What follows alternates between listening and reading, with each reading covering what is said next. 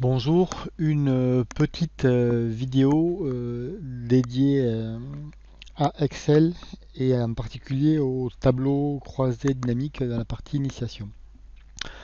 Donc pour pouvoir faire un tableau dynamique, il faut qu'on ait des données. Les données, elles peuvent être extraites d'un système d'information avec des informations provenant des produits, des ventes, de la RH, des process qualité, etc. Les données peuvent être achetées éventuellement auprès de brokers.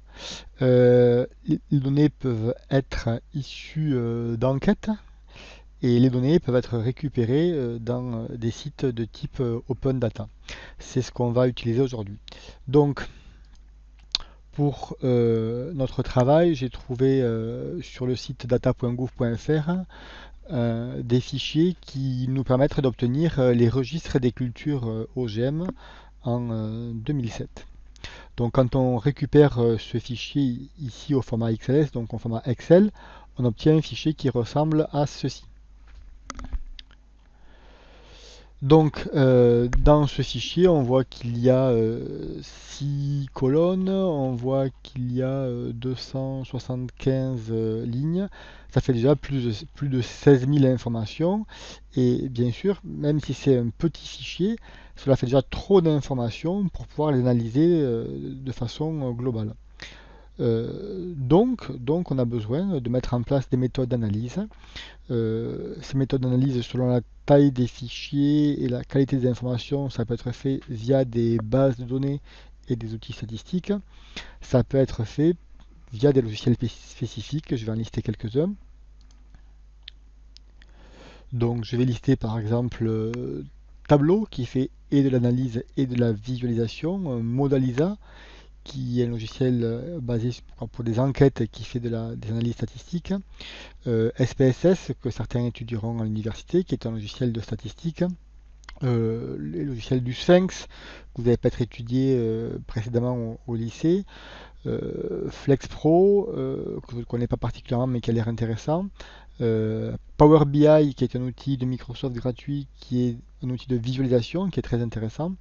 Et pour finir, dans les grosses structures, on utilise la partie Business Object de SAP. Bien. Et bien sûr, on va nous utiliser Excel. Et donc, je vous rappelle que aux éditions ENI, vous avez par exemple des livres dédiés à Excel, mais bien sûr des livres dédiés au traitement des données. Donc, j'en ai sélectionné trois pour vous. Donc, tableau de synthèse et tableau de bord, calcul mathématique, statistique et financier, et analyser efficacement vos données. Donc, ces livres-là, en plus de la partie Excel. Donc bien sûr, on peut faire des moyennes, des écarts types, des NBC, des sommes-ci, des tutos, etc. Mais on peut faire des choses relativement simplement, beaucoup plus intéressantes. Donc je vais revenir sur mon fichier. Alors pour mémoire, hein, si vous l'avez oublié ou que vous ne savez pas, on peut décider en sélectionnant la deuxième ligne et en allant sur affichage de figer les volets.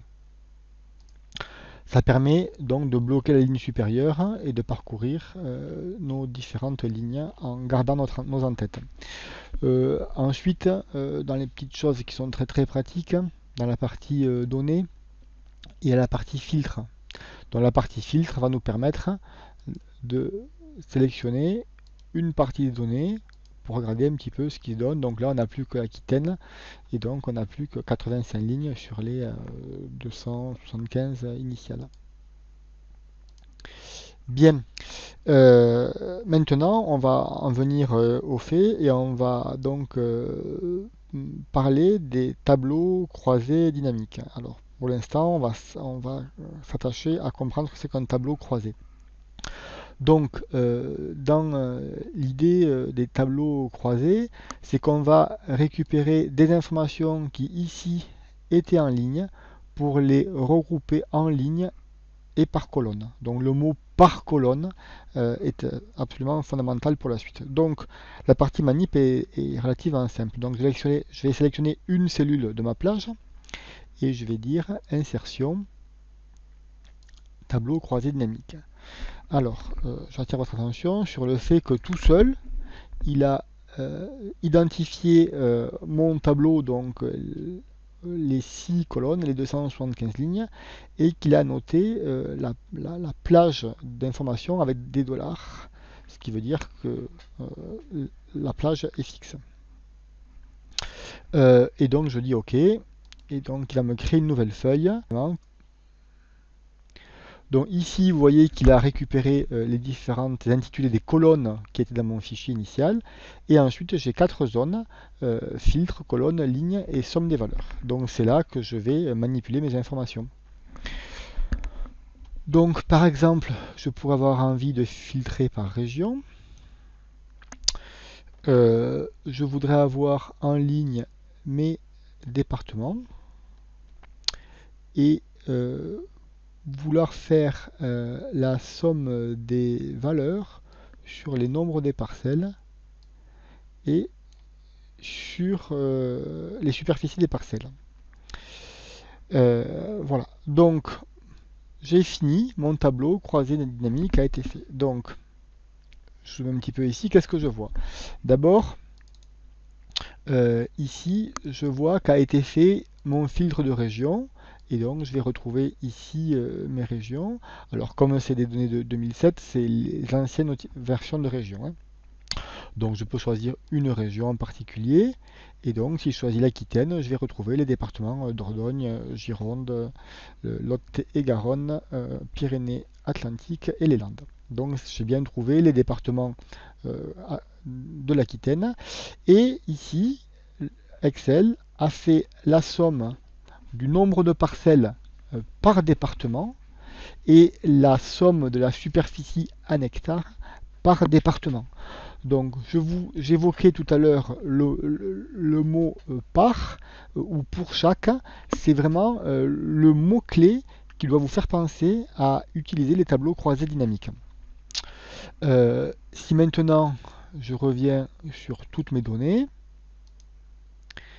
je peux décider de filtrer par certains départements.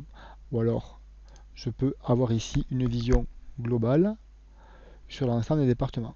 Donc, je vais vous faire remarquer, par exemple, que le département qui a la plus grande superficie d'OGM en 2007, avec 6600 hectares, est la Haute-Garonne.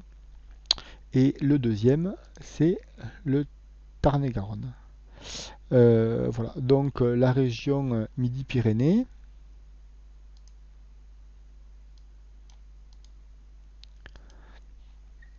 totalise 16 000 hectares en OGM. Voilà, donc c'est relativement simple de mettre en place son premier tableau d'analyse croisée, sachant que l'objectif, on ne fait pas un tableau d'analyse croisée pour faire un tableau d'analyse croisée. D'accord? C'est parce qu'on veut avoir un certain type d'information que l'on va mettre en place un tableau d'analyse croisée dynamique. Et voilà. Je vous remercie de votre attention.